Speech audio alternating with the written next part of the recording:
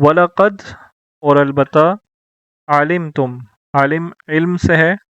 علم کا مطلب ہوتا ہے جاننا، تو جان چکے ہو تم یا جانتے ہو تم، ٹھیک ہے، یہ الذین اعتدوا، یہ دیکھیں اعتدوا یہ لفظ میں نے آپ کو کہا تھا یاد رکھنا ہے، عین تا دال،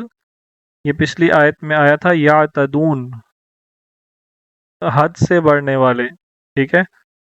حد سے تجاوز کرنے والے، سرکشی کرنے والے، بغاوت کرنے والے، یہ اس معنی میں آتا ہے الذین اعتدوا،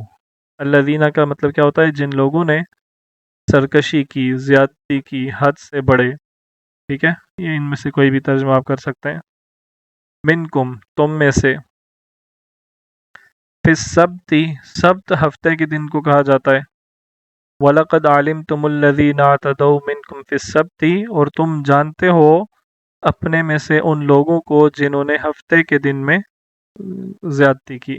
ہفتے کے دن کے متعلق جنہوں نے زیادتی کی تھی یا حد سے بڑے تھے، فَقُلْنَا تو ان کو کیا سزا ملی تھی؟ فَقُلْ یا پھر قل کہا نہ ہم نے، تو پھر کہا ہم نے لہم ان کو یا ان کے لیے، کونو ہو، یہ پلورل ہے، اس کا سنگولر ہوتا ہے کن فیکون والا، کن کا مطلب کیا ہوتا ہے؟ ہو جا، اور اگر اگر زیادہ لوگوں کو کہا جا رہا ہو تو اس کا وہ یوں کہا جائے گا کونو، ٹھیک ہے، کونو انصاری الی اللہ، کونو بردن سلامہ، ہاں وہ تو آپ کونی ہے، کونی ہے، ہاں اچھا وہ کیونکہ آگ مؤنث ہے تو مؤنث کے لیے کونی کہا گیا، تو کونو میرا خیال ہے، مجھے یوں لگ رہا ہے کہ یہ کونو انصاری الی اللہ یہ الفاظ استعمال ہوئے ہیں، یہ حضرت عیسیٰ علیہ السلام نے اپنے حواریوں سے کہا تھا، تو بہرحال کونو کا مطلب کیا ہوتا ہے؟ ہو جاؤ تم سب، یعنی تم سب ہو جاؤ، تم لوگ ہو جاؤ،